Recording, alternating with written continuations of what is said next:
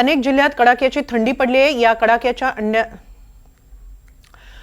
या कडाक्याच्या थंडीचा परिणाम अंड्यांच्या दरावर झालेल्या थंडीच्या दिवसांत महाराष्ट्रासह उत्तर प्रदेश, बिहार, दिल्ली अशा विविध राज्यांमध्ये अंड्यांचा आहार अधिक घेतला जातो। त्यामुळे अंड्यांचा दर हा थंडीच्या दिवसात वाढतो। इंग्लिश अंड्यांचा भाव डझनामागे 72 रुपये होतो, आता तो 96 रुपयांवर पोहोचलाय। याचाच आढावा घेतला आमचे प्रतिनिधी रिजवान शेख यांनी।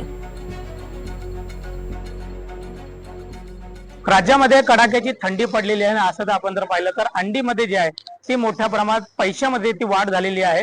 सध्या आपण जर पाहिलं तर काही आठवड्यापूर्वी जी अंड्यामध्ये जी प्राइस होती ती 72 रुपयाचे 80 रुपयापर्यंत होती, परंतु सध्या आपण जर अंड्याची प्राइस पाहिली तर तब्बल 96 रुपये एवढी जी आहे ती अंड्याची प्राइस वाढलेली आहे। सध्या मी ठाण्यातील एक अंडी या होलसेल दुकानाच्या बाहेर आपण जर पाहिलं तर मोठ्या प्रमाणात जी अंडी खाणारे जी लोक आहेत ते भारतामध्ये मोठ्या संख्येने आहे। विशेषतः महाराष्ट्र असो, दिल्ली असो, उत्तर प्रदेश या ठिकाणी मोठ्या प्रमाणात थंडी जी आहे ती कडाक्याची पडलेली आहे। त्यामुळे कुठेतरी या अंडी जी प्राइस आहे ते देखील मोठ्या प्रमाणात वाढलेली आहे। या दुकानामध्ये एक आहे त्यांच्याशी देखील बातचीत। काका, किती रुपयाने जे आहे ती अंडीची प्राइस वाढलेली आहे? नेमकं पहिले एका आठवड्यापूर्वी किती पैसे होते आणि आता सध्या किती रुपयाने वाढलेले? आता 96 रुपये, पहिले 72-75 पर्यंत होते।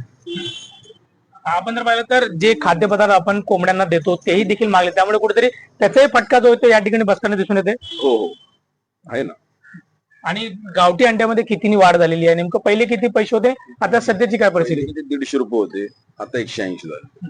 तब्बल किती रुपयाने जे आहे ते लोकांना खिशामध्ये वाढ जे आहे ते अंड्यामुळे झालेली आहे?